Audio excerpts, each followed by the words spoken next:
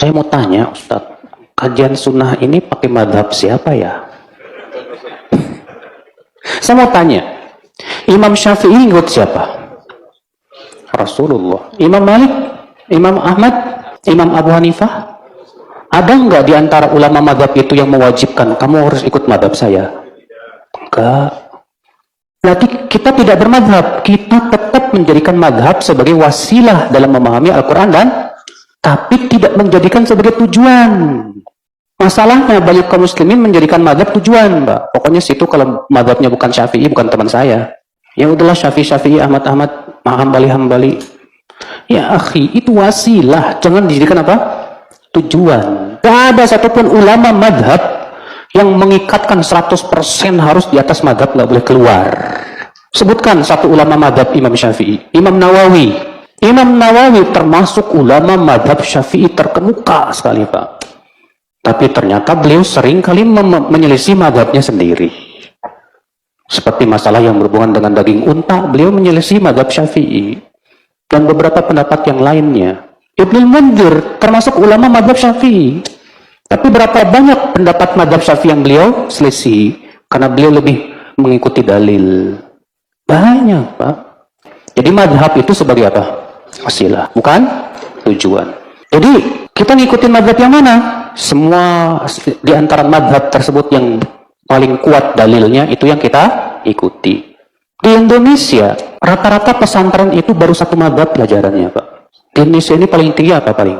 I'anatul Talibin, Syarafatul Mu'in, baru di atas satu madhab Syafi'i. Belum sampai kepada perbandingan madhab, belum.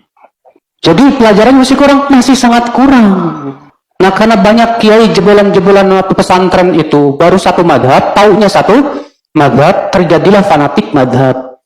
Seharusnya mereka melanjutkan kepada perbandingan madhab, karena setiap madhab pasti ada dalilnya, tidak? Madhab Syafi'i berdalil dengan ini, madhab Hambali, madhab ini. Nah, coba kita lihat dengan keilmuan, ya, setelah menguasai ilmu alatnya, bahasa Arabnya, usul fikihnya, kaidah fikihnya, dan yang lainnya. Kemudian kita mentarjih mana yang paling kuat, maka itu yang kita ambil. Makanya kenapa sampai muncul fanatik madhab? Karena pembelajarannya baru satu madhab, belum sampai kepada perbandingan madhab. Maknanya mengikuti ulama. Dan mengikuti ulama tentunya kita harus punya akal sehat. Ulama bagaimana yang harus kita ikuti?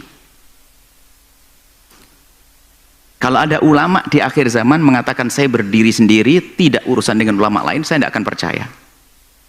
Karena apa? Belum teruji. Tapi kalau ada ulama yang sudah dinobatkan oleh orang lain, kemudian diikuti oleh yang lainnya, kemudian ilmunya dibahas, dikokohkan, itu baru ulama. Nah, bermadhab itu seperti itu. Ada Imam Malik, ilmunya diuji, muridnya mengerumuninya. Diuji ilmunya Imam Malik terus sampai keluar. Pengikut murid-murid Imam Malik itu membukukannya. Dan murid Imam Malik alim juga. Ini jelas Imam Malik, Imam Abu Hanifah, Imam Syafi'i, Imam Ahmad bin Hambal. Jadi bukan sekedar seorang alim, dia belajar, ngafal Quran, baca hadis, lalu bersyidat. Kalau tidak ada, siapa yang mengukuhkan? Kalau Imam Syafi'i kan diuji ilmunya, diuji dari masa ke masa, lihat. Sehingga semakin pengikutnya mengukuhkan berarti semakin kuat. Makanya Imam Ahmad bin Hambal punya murid. Imam Ahmad sendiri muridnya Imam Syafi'i. Imam Syafi'i muridnya Imam Malik. Imam Malik pun ternyata ketemu dengan Imam Syafi'i dari guru yang lain, dengan Imam Abu Hanifah. Jadi gitu, jadi sambung menyambung ilmu. Lah ini ada orang akhir zaman mengatakan saya mujtahid, saya tidak ada urusan dengan imam madhab. Loh, ilmumu dari mana? Bohong kalau tidak ngintip ilmunya imam madhab. Tak tahu yang dibaca adalah kitab Subulus Salam, sama ngintip ilmunya imam madhab, tapi gayanya mujtahid. Nah, ini kan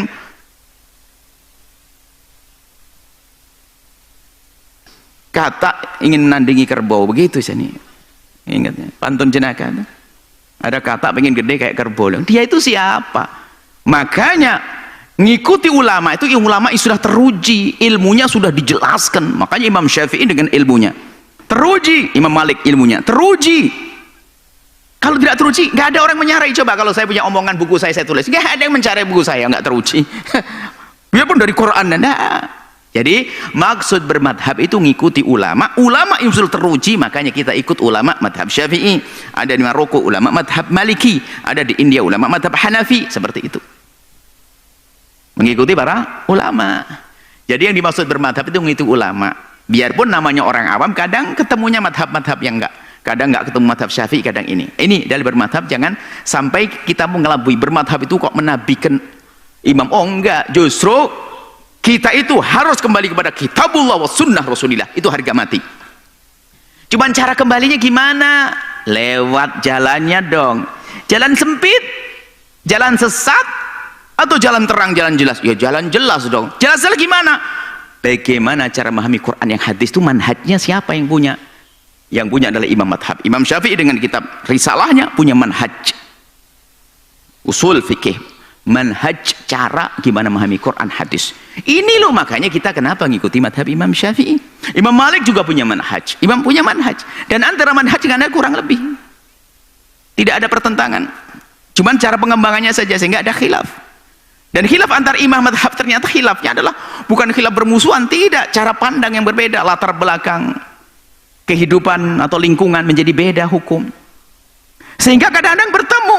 Madhab Syafi'i ternyata bertemu dengan madhab Hanafi dalam segala banyak permasalahan. Itu biasa, tapi jelas kita harus ikut ulama. Kalau mengatakan saya tidak mau bermadhab, ente ikut siapa? Anda harus tahu bermadhab. Bermadhab itu mengikuti ulama. Kalau enggak itu gimana? Kitab Quran, saya ikut kitabullah, sunnah Rasulullah. Tidak ada orang lebih sombong dari dia. Memang Imam Syafi'i tidak ikut kitabullah, sunnah Rasulullah.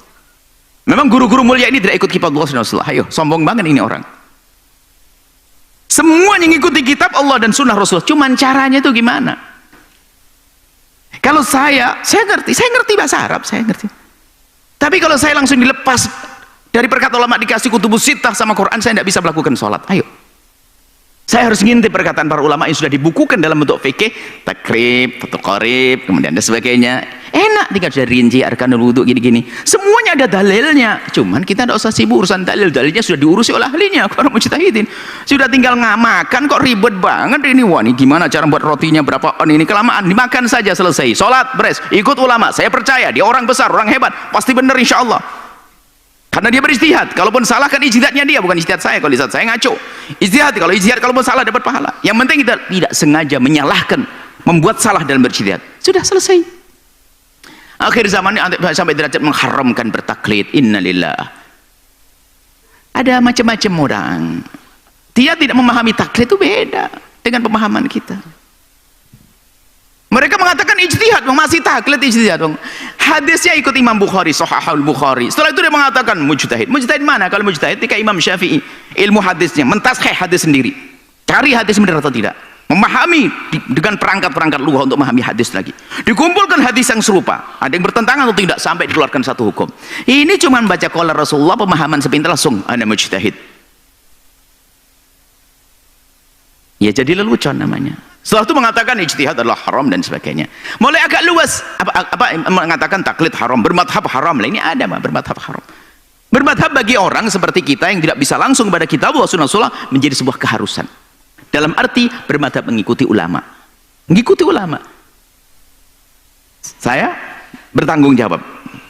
Ngomong begini, waktu kalau saya ajarkan anak kitab Safinatun Najah. Saya bertanggung jawab kenapa? Kalau seandainya diminta untuk menjelaskan, saya akan mencari ulama, mencari penjelasan tentang dalil kepada ulama. Akan ketemu nanti. Cuma waktu kita ngajar anak-anak nggak perlu, anak kecil. Yang penting sholat Allahu Akbar selesai. Dalilnya takbir, dalilnya ruku. Nggak jadi sholat, hanya ngafalin dalil nanti. Langsung jadi. Cuman saya yakin ulama punya dalil. Beres, ada dalil semuanya. Kalau masalah perbedaan dalilnya agak lemah, ini kuat dan ini karena khilaf di antara para muhaditsin. Kemudian penanya, insya Allah penanya maksudnya baik.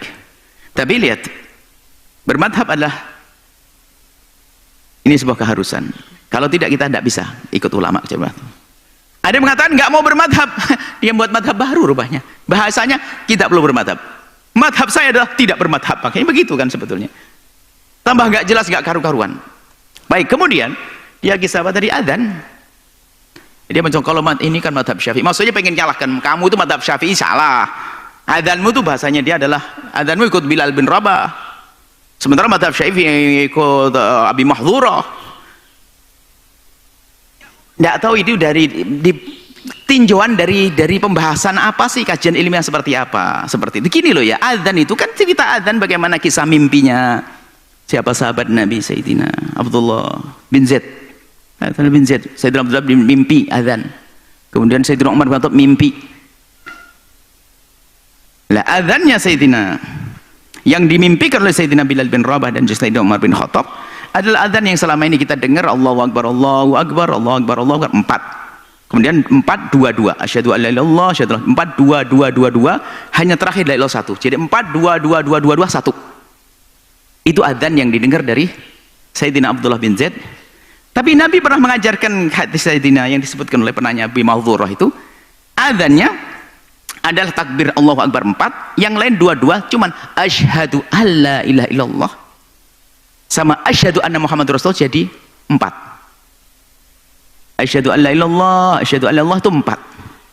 Asyhadu anna Muhammad Rasulullah, cuman 4-nya ini adalah 2-nya pelan. Jadi gini, sebelum mengucapkan asyhadu an la ilaha illallah, sebelum itu dia membaca asyhadu pelan. Asyhadu an la ilallah. Baru asyhadu an la ilaha illallah, asyhadu an la ilallah, asyhadu an la ilaha illallah, asyhadu anna Muhammad Rasulullah, asyhadu anna Muhammad Rasulullah. Lah ini riwayat, cuman dia nggak belajar madhab Syafi'i. Kalau madhab Syafi'i coba anak kecil baca. Kalau membaca adzan, di dalam membaca asyhadu alla ilaha illallah disunnahkan tarji', membaca asyhadu Allah pelan sebelum terang-terangan. Nggak keluar dari madhab, cuman tidak mengamalkan sunnah yang lainnya. Dan ini bukan khilaf, bukan menunjukkan di Syafi'i bukan Syafi'i ya. Semoga Allah mengampunilah. Jangan bikin ragu deh orang beragama ini. Sudah, ini orang awam, ini sudah orang kita, ini orang awam sudah, insyaallah fil haq. Jangan dibikin ragu-ragu urusan adzan dan sebagainya. Adzan Sayyidina Abdul Amin. Kita tidak boleh beribadah kepada Allah kecuali sesuai dengan syariat Rasulullah sallallahu alaihi wasallam. Ibadah hak Allah, dan Allah ingin diibadahi dengan apa yang Allah cintai dan ridhai, bukan sesuai dengan selera kita. Ibadah hak Allah, maka Allah ingin diibadahi sesuai dengan apa yang Allah cintai dan ridhai, dan apa yang Allah cintai dan ridhai itulah yang diajarkan kepada Rasulnya salawatullahi alaihi wasallam. Maka kewajiban kita dalam beribadah kepada Allah, lihat ada tidak tuntunannya dari Rasulullah sallallahu alaihi wasallam. Jangan kita beribadah, Pak kata Ibnu Qayyim, di antara kesalahan dalam ibadah, seseorang beribadah sesuai dengan kepuasan dirinya saja. Salah. Kita beribadah itu harus sesuai dengan keridhaan Allah Subhanahu wa taala, bukan sesuai dengan kepuasan diri, bukan. Orang kalau misalnya ibadahnya sesuai dengan kepuasan diri gimana? Wah, kayak ini kurang mantep nih. Masa cuma Allahu Akbar begini aja? Gak mantep. Biar mantep lah gimana caranya? Allah. Kan mantep gitu. Ajib, mantep dari mananya? Emangnya ibadah ini jadi permainan keinginan kamu apa? Ya Allah. Maka dari itulah saudaraku, beribadahlah kepada Allah sesuai dengan syariat Rasulullah sallallahu alaihi wasallam. Yang Rasulullah contohkan, lakukan. Semua ibadah yang sudah Rasulullah jelaskan tata caranya jangan dirubah-rubah. Dan semua ibadah yang belum dijelaskan Rasulullah bagaimana caranya, jangan bikin cara sendiri. Tidak boleh. Agama ini sudah sempurna. Semua ibadah sudah dicontohkan oleh Rasulullah. Hudzaifah bin Yaman berkata, "Kullu ibadatin lam yata'abbadha ashabu Rasulillah fala tata'abbaduha." Semua ibadah yang tidak pernah dicontohkan oleh Rasulullah, jangan kamu lakukan. Ini dia Abdullah bin Mas'ud melihat ada orang membuat halaqah dipimpin oleh satu orang. Kalau pemimpinnya berkata ucapkan subhanallah 100 kali, bareng-bareng subhanallah, subhanallah, subhanallah, subhanallah. Kalau dia mengucapkan alhamdulillah 100 kali, semuanya mengucapkan alhamdulillah, alhamdulillah, alhamdulillah, alhamdulillah. Maka Abdullah bin Mas'ud mendatangi mereka dan berkata, "Waihakum ummat Muhammad, ma asra'a halakatakum." Celaka kalian, betapa cepatnya kebinasaan kalian ini. Haulai ashabu Rasulillah.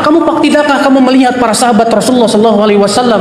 Aniyatum lam tuksar wa thiyabum lam tabla. Bejana mereka belum pecah, baju mereka belum lusuh, para sahabat masih banyak. Kenapa kalian tidak mengikuti contoh para sahabat? Subhanallah, ikhwatul Islam. Apa kata mereka? Ya Aba Abdurrahman, ma aradna illa khaira. Wahai Abu Abdurrahman, niat kami baik kok, tujuan kami mau ibadah. Apa kata Ibnu Mas'ud? Kam min muridin lil khairi lan yusibah. Berapa banyak orang yang menginginkan kebaikan tapi tidak benar caranya, ya tidak mendapatkan karena caranya yang nggak benar. Saudara